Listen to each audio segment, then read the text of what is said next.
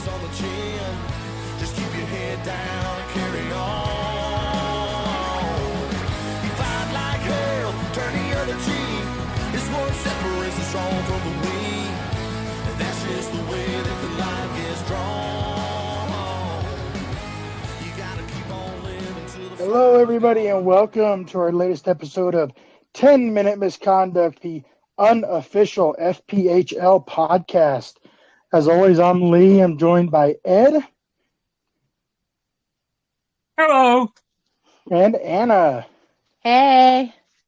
And unfortunately, again, Taylor is not with us. He had to work tonight, so it's just the three of us going tonight, and we have a hell of an episode in store for you today. We have Doug Smith. For those of you who don't know who he is, you might have seen the movie Goon. He wrote the book Goon that movie was based on, and it is actually the first movie is based on his first season with the original Carolina Thunderbirds in the ECHL, which that's why I'm kind of sad Taylor isn't here, because his grandfather was one of the co-owners of that team, and we were looking forward to having him on here. It's going to be a bit of a surprise for Ed, but unfortunately Taylor can't be here, so we're going to go solo without him, but I think we're going to have a lot of good questions, and we got a lot of stuff to talk about. And he does have a tie to the FPHL. Definitely. And I did my homework. I watched the movie, so that was awesome. Did anybody else get a chance to see it that hadn't yet? I'm sorry, I did not. I'm not shaming you. I didn't watch it till today, so it's okay. And you're welcome, by the way. I found it and I was able to send you a link to it so you could watch it. True. So, thank you for that. We'll wait until we get Doug on here to get your opinion of the movie. That way you can tell him straight up what you thought of it, because he was, he did participate in making the movie.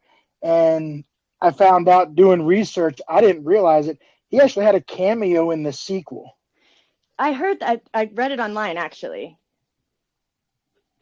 Because, I'd seen both of them. I didn't even recognize them in the second one, so that'll be something fun to talk about. I went back and I researched it and all that stuff, and read about it and all that stuff.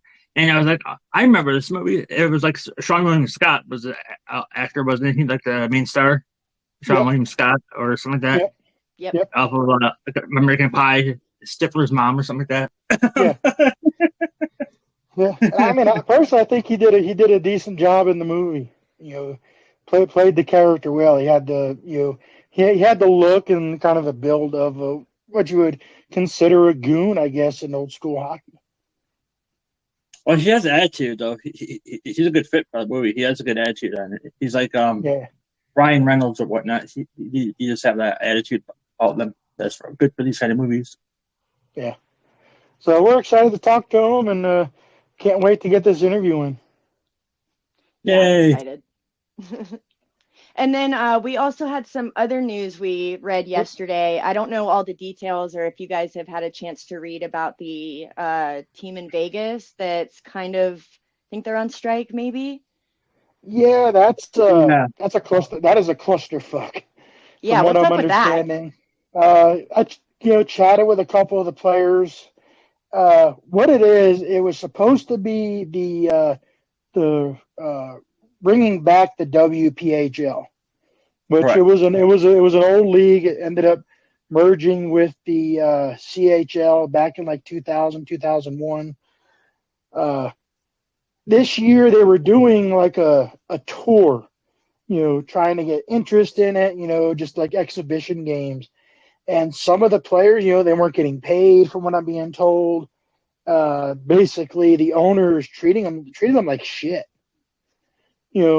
Basically threatening the guys, telling them, hey, you leave now. Once the league actually gets going, you're not going to be part of it. Personally, I will be shocked if that league is around next year. They had it makes the FPHL look like the NHL. It does. You're right. It does. That owner makes Barry Soskin look like a fucking angel. Yeah, it gave me Watertown vibes, just based on how they were treating Coachman just a week ago. Oh God, this is probably 10 times worse than what's going on in Watertown. Yeah. I feel bad for these players, because not, some of them live in Vegas, but most of them are just like the kids in this league. They come from Right. out of town looking for an opportunity. Maybe got cut in training camp by an FPHL team. They get a call, hey, here's a chance. Come play for us right now, and you'll have a spot to play in next season. And Yeah, there was some. yeah, I mean, and that now, what are they going to do? There's, Right. the owner just from. I saw some screenshots from some messages that were sent to some players, and this owner just sounds like a straight up piece of shit. It's like that league was supposed to have 8 teams to it to start out with. He had a second team that signed out in, I think, Billings, Montana as well. Yeah. And I think we were going to scout that area, like Oregon, Washington State area for more teams. Yeah. Which was, to me, it was really exciting to see, because that area kind of in the professional way, it's kind of like a desert of minor leagues out there. There's not many things out in the beach besides Idaho, Steelhead, and, few and far in between. So that was very hopeful. But then, I saw that, and I was like, not this way. This is not the way you want to start, man. That's not the way you want to start. No, not at all. And one of the cities they talked about putting a potential team in was here in Albuquerque or Rio Rancho, where I'm at. So to me, that's disappointing to me. So but you're excited. I was hoping, hey, I'm going to have pro hockey again. We have the Ice Wolves, like Anna has the Rhinos, but junior hockey isn't the same as pro. I'm sure the talent level's about the same. It's pretty equal.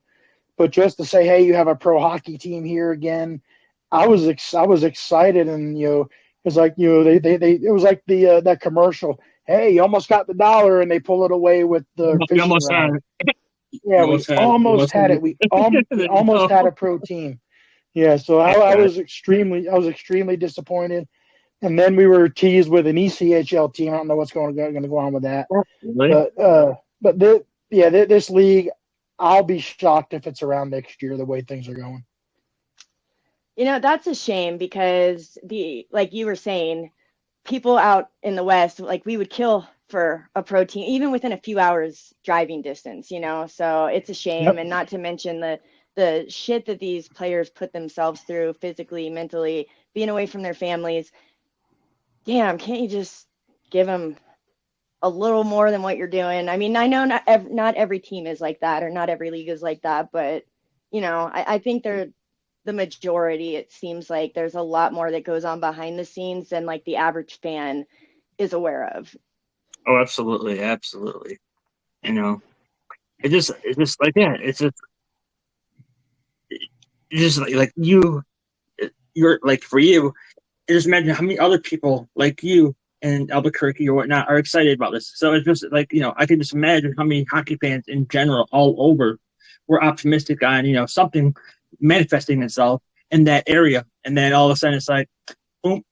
It reminds me like, like some of those like dirty movies back in the day, not like pornos, but like regular, like dirty, like casino type movies and all that stuff, Yeah, and like I said, the Ice Wolves are we have the Ice Wolves. They're great.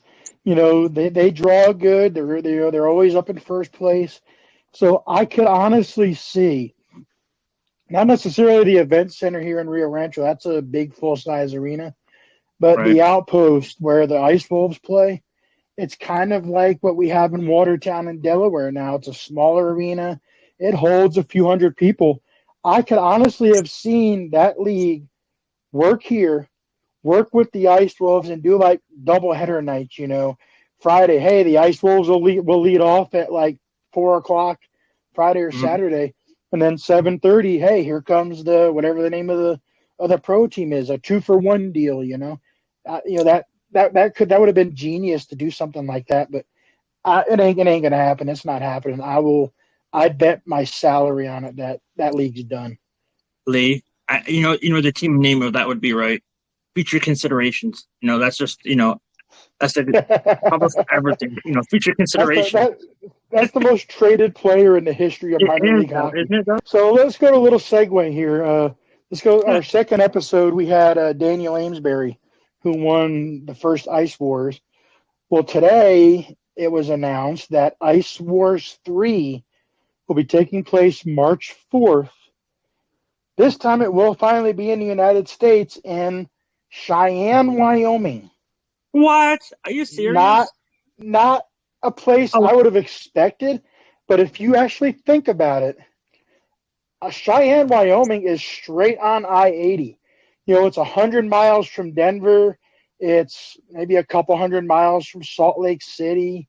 You've got Lincoln, Nebraska's not too far away. So you've got that's actually a pretty good centralized location, I think, as far as the Midwest goes. The real question is, how far is a Waffle House from that arena? Well, I don't think Scott Brand will be there, so I don't have to worry about that. Well, but Cheyenne, Wyoming. Yeah, the one question I do have, though, what does that do for Amesbury and Schmidt? Because the FPHL season doesn't end until late March. That's actually going on during the season, so I'm thinking, is that going to be another case like what Amesbury's doing this weekend? Yeah, take that week off. Don't play for your team. Go out, do the Ice Wars, and come back. I think that's something that we're gonna have to look into, and we'll get back to everybody with that. And that's risky, though. I mean, what if he gets hurt? I mean, that's just like, I doubt he's gonna get hurt because he's just a badass. But what if he does? That's just kind of scary. Is it the team's willing to put the risk on twice in the same season? Yeah, because it'll be one fight like it was with Amesbury, I'm sure, at the last one. But I said again, you got the two defending champions probably not going to be on the card that night. Right. So, anyway, that again, it's something to look forward to. It's something to talk about in the future. And we did recently have Columbus and Danbury, Schmidt against Amesbury. I love Justin Schmidt, but I got to tell you, Amesbury whooped ass that night. Both nights, the first fight I'd say was pretty even. The second fight I definitely gave the edge to Amesbury, but I love Edgar Zozelinch, the Crane, but god damn, Amesbury tore him up. I saw the videos. It was pretty good. Pretty good series of fights that they had. Yeah, definitely. They definitely don't call him Diamond Hands for nothing. I 100% see where that nickname came from because he breaks anything that it touches, Oh yeah, and he pretty much behaved himself, but he was definitely there at the end, in that third period. He was looking for something. I've seen on the Columbus fan page, a lot of people were giving Amesbury credit for being such a great fighter this past weekend. It was kind of different to see, but it was nice to see that they were giving him the acknowledgement that he was a straight up badass. Taking care of business, as you would say. Yeah, Columbus fans already knew what a badass that man was. Played there for 3 years, but yeah, considering how long he's taken off from the game, he has not lost a step at all. That's great. Yeah, and then other news from the FPHL. One of our future guests was planned to be Travis Ridgen. Trav for Oilers on YouTube, hosts his own podcast, was the backup goalie for Motor City. He was placed on season-ending injured reserve, from what I understand. He's having to have knee surgery, which he hurt his knee last year over in Europe, and I guess it aggravated or didn't fully heal. So we got to wish our buddy Trav the best on his recovery from his surgery. Feel better, but that sucks. Well, sending my well wishes, man. Oh yeah, definitely. So all right, we are ecstatic and so happy to have Doug Smith on this week. If you don't know, he wrote the book The Goon that the movie with Sean William Scott was loosely based on. But he wrote the book. He had a part in the sequel. Doug, welcome to the show. Well, thanks, guys. I appreciate you having me. Great. Let's start from the beginning. Our other host, Taylor, his grandfather owned the original Thunderbirds, who you won the cup with in the East Coast League. Unfortunately, he had to work tonight and couldn't be here. But tell us about your rookie year in the East Coast League, winning that cup, and basically your start in pro hockey. You didn't even start skating till you were 19.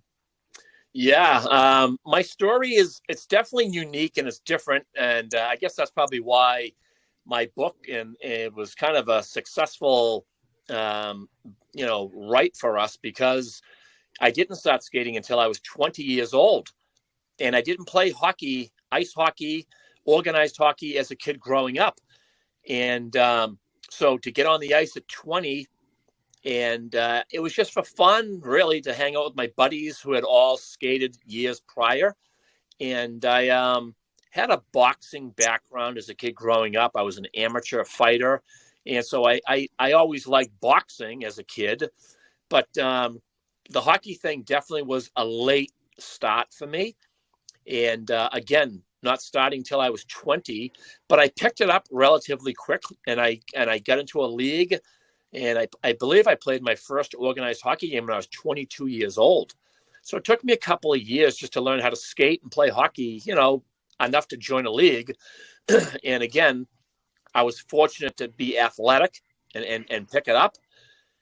And by the time I was 23, almost 24, I was getting a crack at the East Coast Hockey League. And, like you said, I got down into Winston-Salem and played for the Thunderbirds in 1988-89 season, where we actually won the championship that year. So it was pretty cool. Yeah, that's awesome. And I was reading up some of the things that you wrote in your book. Did you really learn how to hockey fight wearing hockey jerseys in a boxing ring?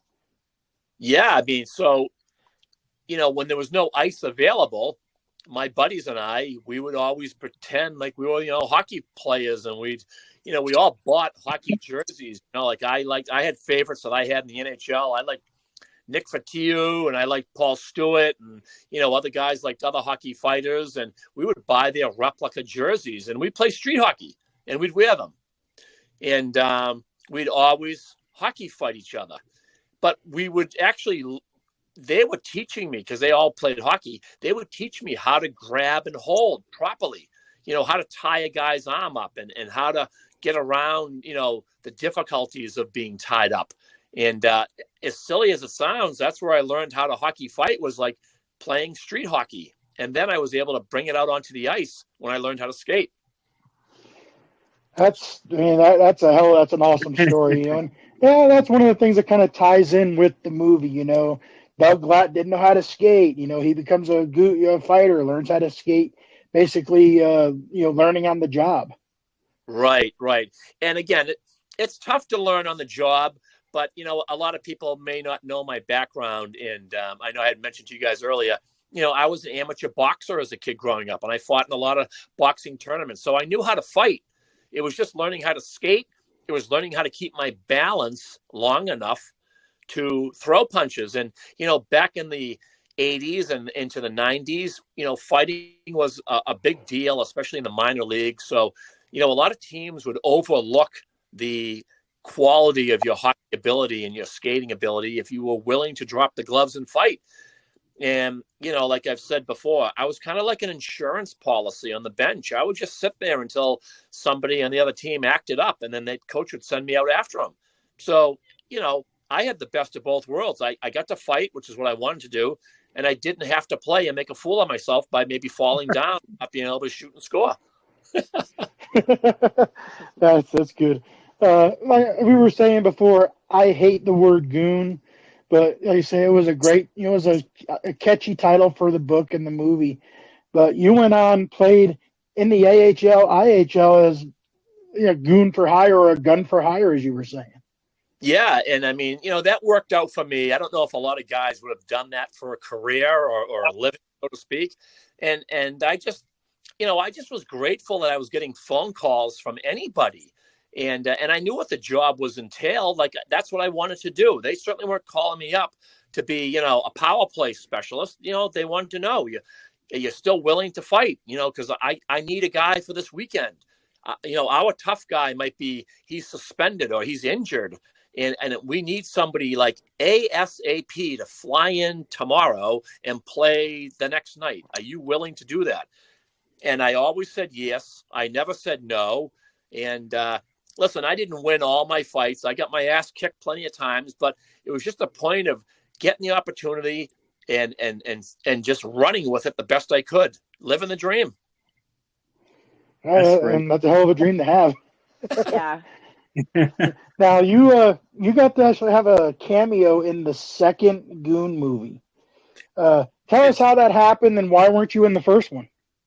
Yeah, so when they started putting the movie together, I really didn't have much to do with writing the script itself. I mean, obviously, I wrote a book that Hollywood found, and a writing team from Hollywood contacted me, and they said, we want to buy the rights to your book because we want to make a movie. And I was like, what are you talking about? A movie? And I was like, yeah, we feel like hockey enforcers have been a part of the game for a long time. And we want to use your book as a base, as the, the backbone of a script we're thinking more like a comedy movie. And I said, okay. And I'm thinking, of course, Slapshot, that's the king of all hockey movies. And, that was comedy. And I said, so I'm thinking along those lines. But I found out a couple of months later that they had completed the script and they were going to start filming up in Canada.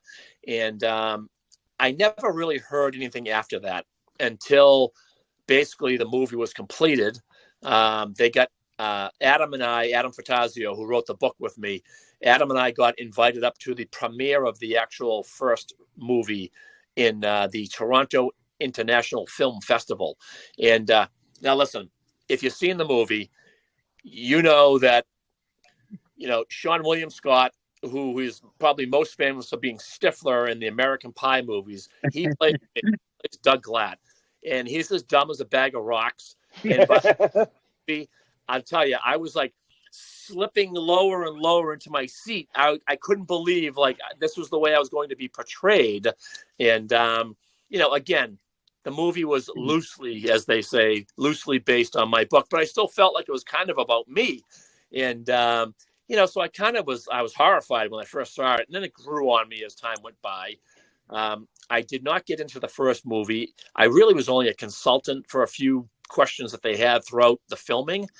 But the second movie, like you mentioned, I actually was able to get into it because I was unaware of Canadian labor laws, and I couldn't get into the first one because of that reason. The second movie, they were able to do the proper paperwork to get me on board, and Adam and I both went up to the filming of the second one, and yeah, you're right, I got into it, and it was pretty big honor. It's got to be. I mean, it's you basically your movie off your book. You got to be in at least one of them, right? Yeah, I mean, I was hoping to be in something. Like I told the guy, I don't care if I'm like the stick boy or I'm picking up tape in the locker room or I'm, whatever I'm doing. I just wanted to be in it. And, they gave me a decent part and I got to yell and scream and look like a complete idiot, but I'll take it. Whatever. Mm-hmm. Yeah. And the scene you were in the movie was called The Shit Show. Yeah. And it's kind of like what we have with Ice Wars now, but a little bit more outrageous than we have with Ice Wars. And, right. That's actually coming back. It's going to be here in the States in March in Cheyenne. So Right. We're looking forward to that. But, I mean, we could almost say that without the Goon 2, maybe Ice Wars never comes back. Yeah, I mean, who knows, right? And you're right. The shit show was kind of all at once, everyone on the ice, kind of like a WrestleMania type of bullshit. But, the Ice Wars thing is great. I'm going to put a plug in right now for my boy Amesbury, who's playing right now in Danbury. Yep. And he was our first guest. Yeah, he's a killer. Yeah. And, he's So doing nice, great. though. What? Blew my Yeah. mind. Like I on the ice, like when he played my team actually last week, and I was just dreading it because I was like, yeah, he's gonna murder our dudes, Like I just didn't want him to hurt anybody. But then talking to him, just so nice. And same with you. It's just like it seems like these heavy enforcers are badasses on the ice, but like teddy bears off the ice. You know what I mean? Yeah, I mean, listen, we all have good personalities for the most part. I don't think I've ever met a real asshole who's a hockey player. And everyone's everyone's got a good personality. And then, listen, he's an athlete like me, and he can do a little extra, right? His resume brings a little bit extra. And so, good for him that he can do that. And again, I made a short career out of it, and I lucked out with a book and a movie. But, again, you don't have to be a jerk to be a tough guy. I mean, let's face it, it's just the way it is. And I can tell you many nights after guys that I fought, I met them after the game. We'd have a beer together and hang out and shoot the shit because they were just good guys.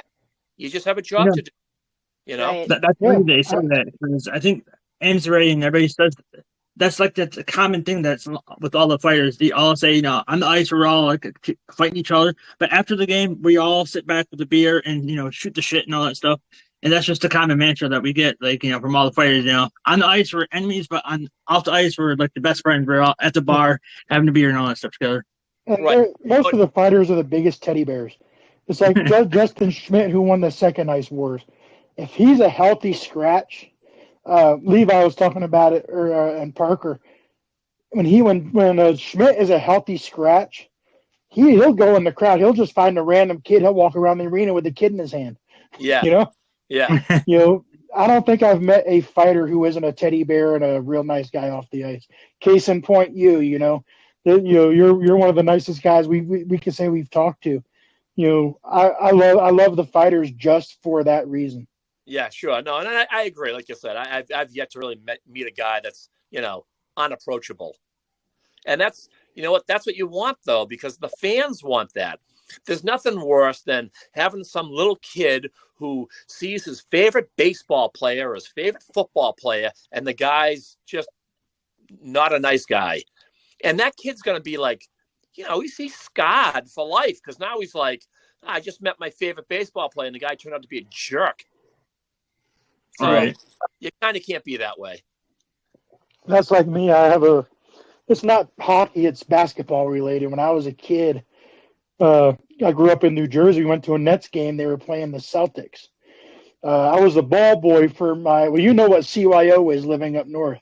Yeah. Catholic, my brother played on the basketball team. My grandfather was the coach. I was the ball boy.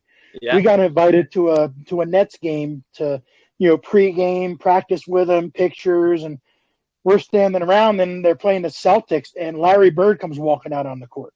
Right. So it's Larry Bird. Of course, all the kids want to go get him. We go walk up to him.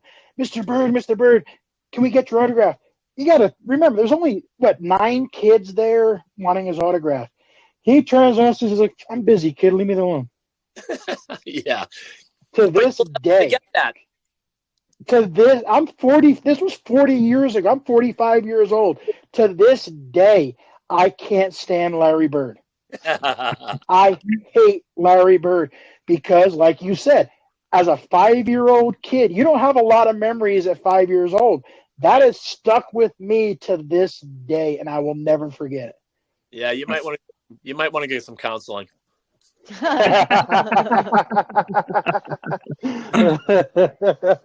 Yeah, maybe.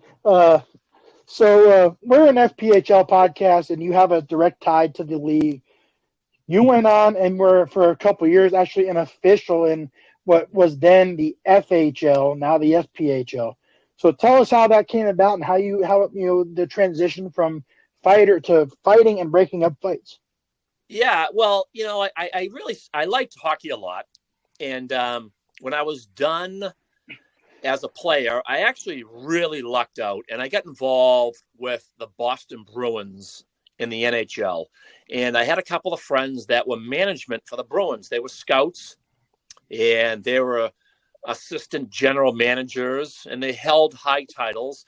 And, long story short, I kind of convinced them, you should hire me to get on the ice and teach guys how to defend themselves. And I really played it smart. I kind of targeted the college kids who don't play rough and tough hockey, and of course the European kids who don't play rough and tough hockey. And so I got to work with the Bruins on and off for about 10 years, teaching guys how to fight. And while I was doing that, I was skating constantly with the team. I was down in Providence in the American League. And And somebody else had said to me, well, you should get into refereeing. You should be like a linesman or something. And that's how it all started, just through a conversation with somebody else. So I kind of, you got to take some courses and you got to do a few things. But I mean, I got all my certificates to be a ref and a linesman. And, I started off, I think my first year I did like a lot of junior hockey, maybe even some high school level, just to kind of get my feet wet. And then about a year later, like you said, I got to be a linesman in the Federal Hockey League, which, like you had mentioned a moment ago, it's changed names now. But, a huge honor for me because, in my opinion, that's pro hockey. So I got back, in a sense, as a linesman, and that was really cool. And, you joked, as a fighter, now I'm breaking up fights as a linesman. But I certainly instigated a lot of fights by talking to the fighters before the games, asking, are you going to fight him? And I go over to the other guy, hey, that guy just told me he's looking for you tonight. Like I already so I wanted to see fights too. Oh God. That's great. Oh my shit, that is oh my God, I love that. That is so that's so FPHL. Yeah. Well, trust me, if I was in the NHL, I'd be doing the same thing. I'd be whispering to Bob Probert, hey, McSorley said he's coming after you. I love that. Shit. Yeah. Getting their brains. That's great. Hey, Grimson, don't be said you're a pussy. Right. Yeah, that's great. That's great. Yeah. But so it didn't last long. I didn't do it for a long time. I only did it for a couple of years. To be honest with you, the pay wasn't that great. And there was a lot of travel, a couple of hours to drive to a game and then a couple of hours to drive home. And, like I said, for the pay that they were giving out back then, it just the ratio wasn't, in my favor. So I kind of hung it up and I stuck more with the on ice coaching of players. And that really excelled for me because after a couple of years with the Bruins, I ended up latching on to 3 or 4 other NHL teams. And I get to work with some other organizations over a 15-year period. So it was really unbelievable. Yeah, I was reading you coached some of the best fighters in the league, guys like Cole Tenor, John Scott. Tell us about some of the guys who you basically helped hone their fighting skills. Yeah, I mean, like Colton Orr, for an example, was a Boston Bruins free agent pickup out of juniors. And he, his first year he was in Providence. And, he was only like 18, 19-year-old kid. And that was what he wanted. He wanted to be a fighter. And, I can assure you that there's nobody on the ice like Doug Smith teaching fighting. It just wasn't there.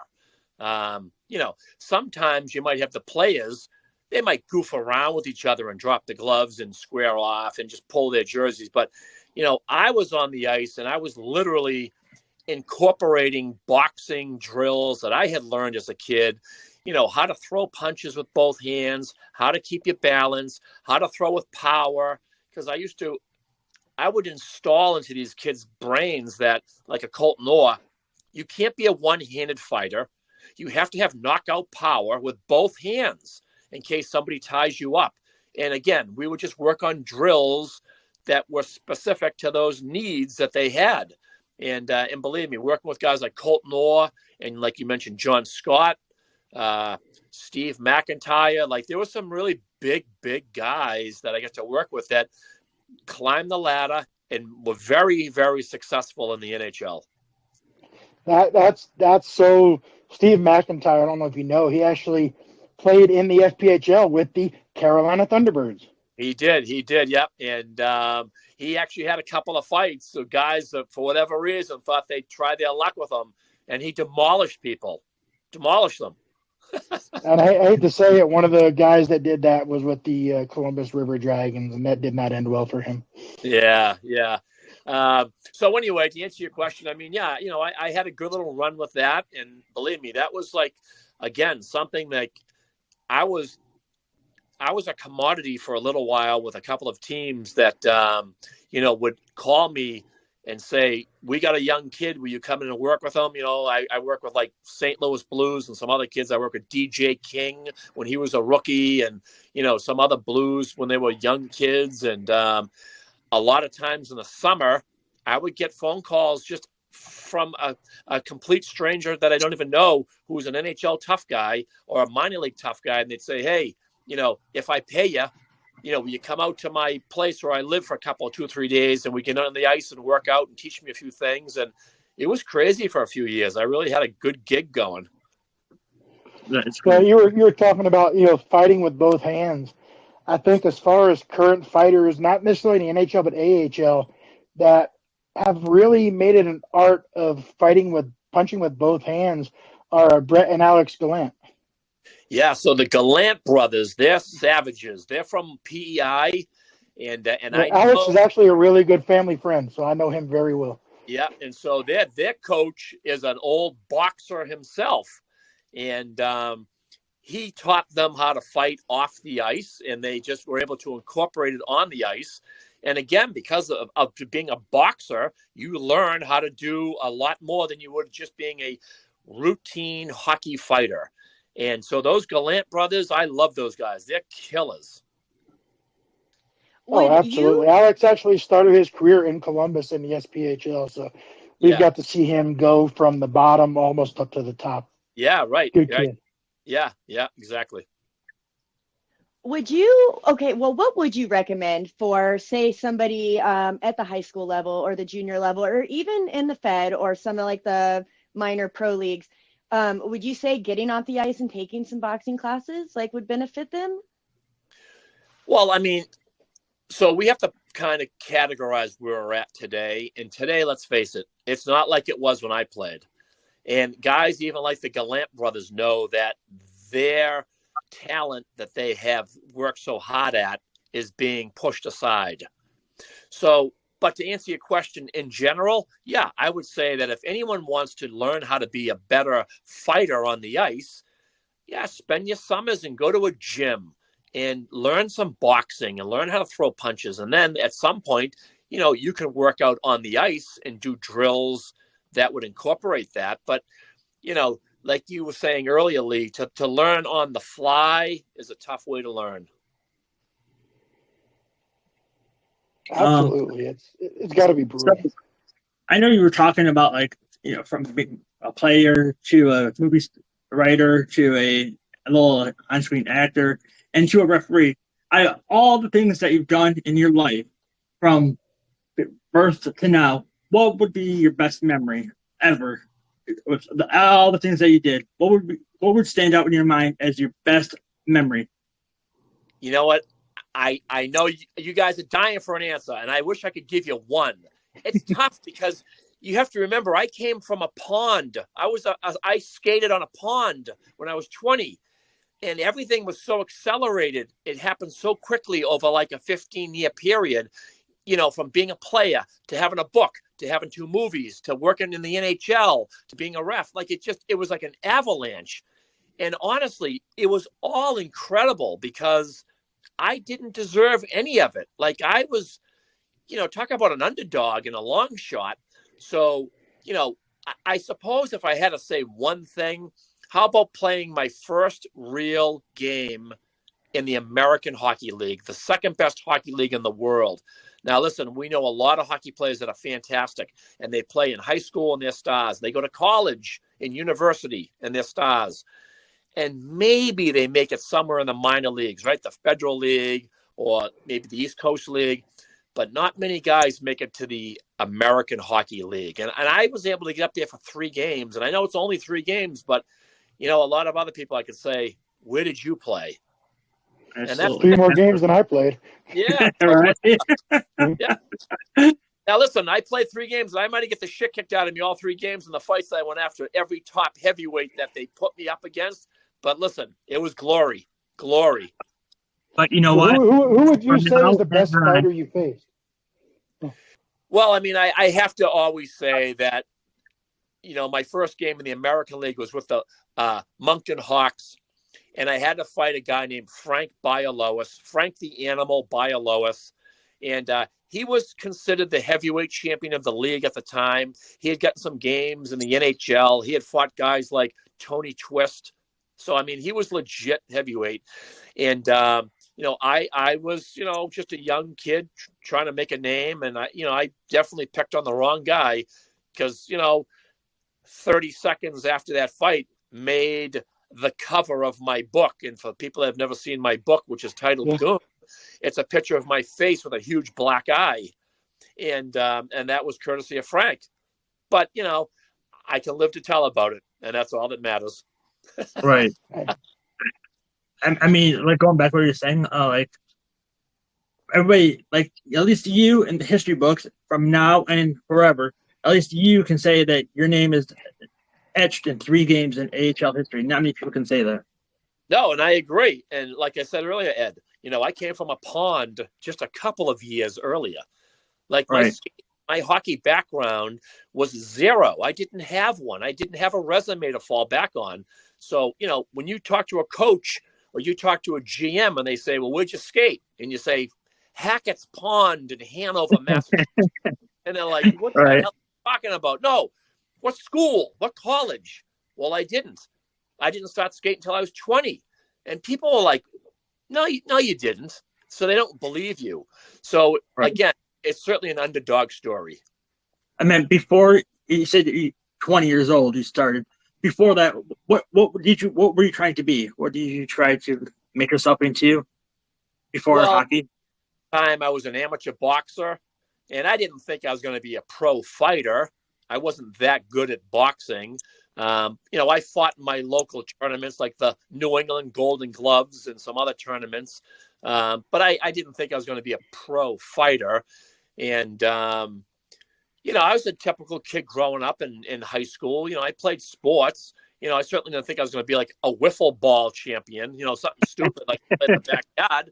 But again, I didn't know what I was going to be, because at that age, I'm all over the place. One day I want to be a cowboy and the next day I want to be an astronaut. I didn't know what the hell I was going to do. So hockey was just funny that hockey just fell into my life. And I just happened to, it just accelerated again, like I said. Sorry about the lighting. Oh, no, it's good. So after your hockey career and you had your book, you went on to become a police officer in your hometown, correct?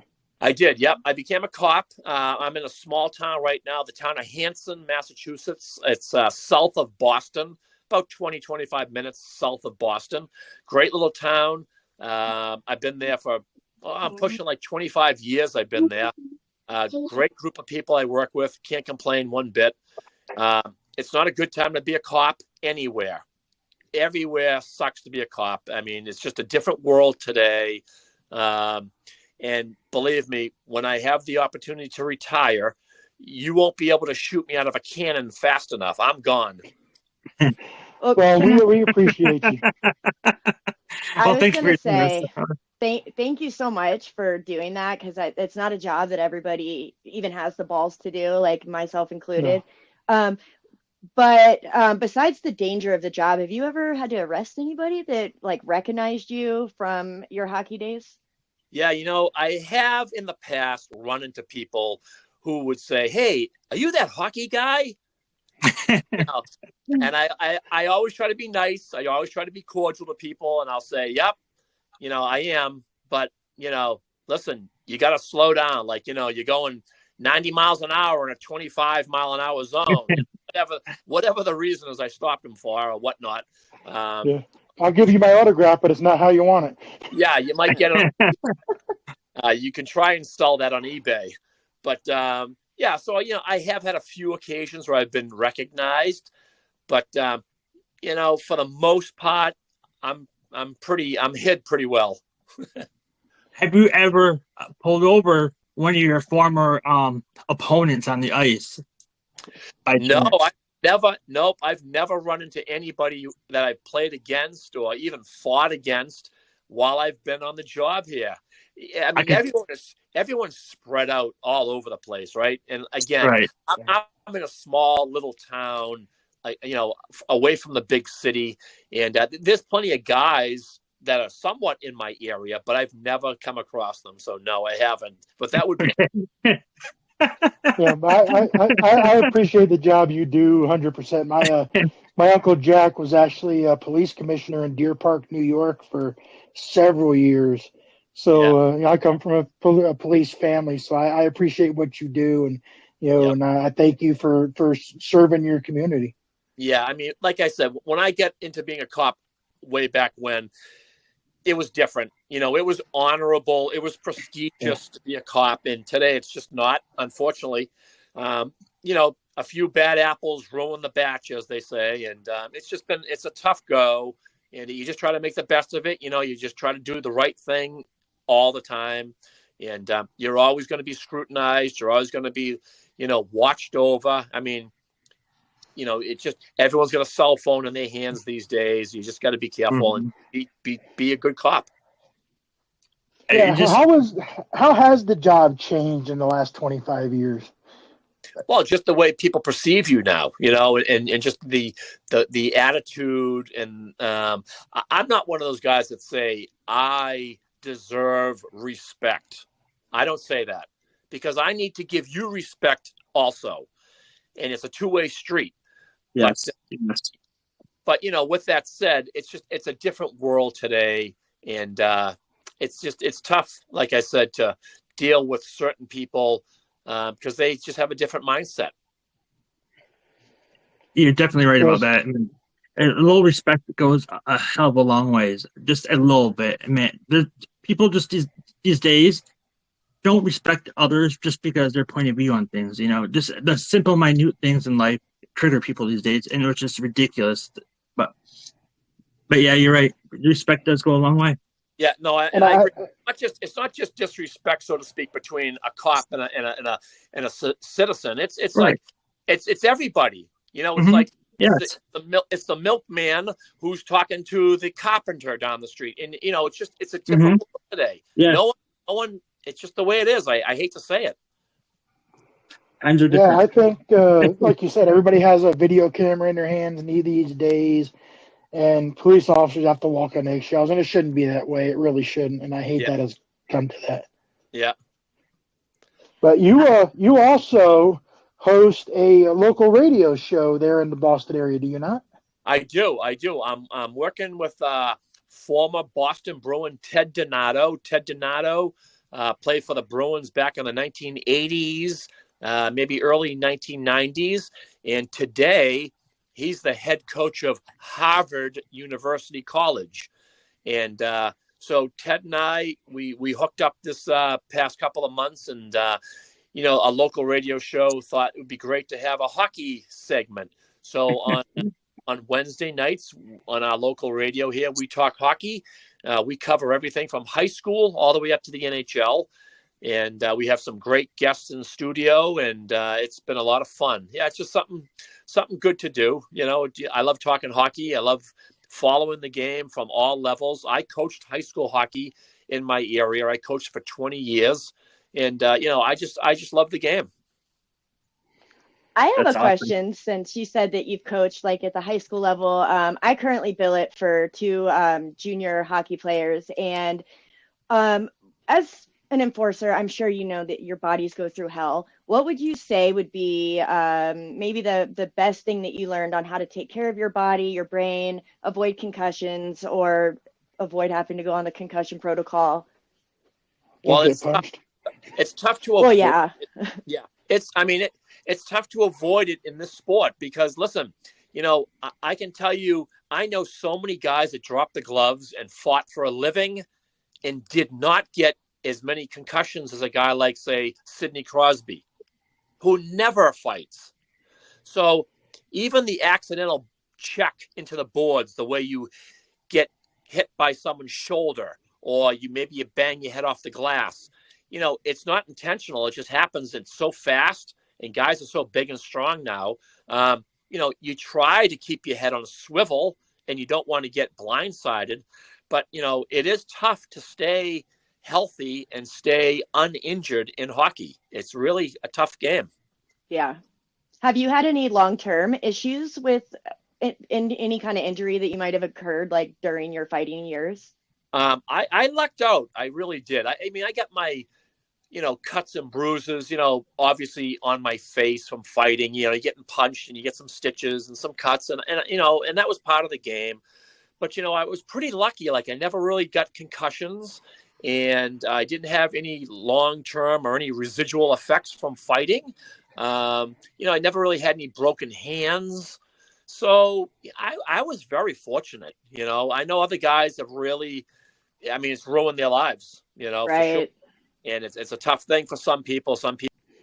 Yeah, I'm unfortunately, one of my good friends is named Rob Frid, and he had a lot of concussions. I don't know if you're familiar with him. Rob, he's going through some really tough times physically from his his brain, and he's one of the unlucky ones, I'd say, who didn't get out without brain injury. Yeah, I used to talk to him a little bit on Facebook.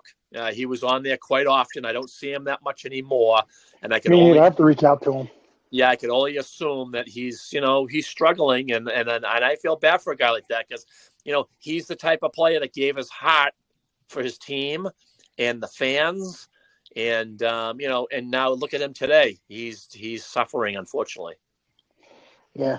Well, Doug, this was probably one of our best interviews we've had so far, and I cannot thank you enough.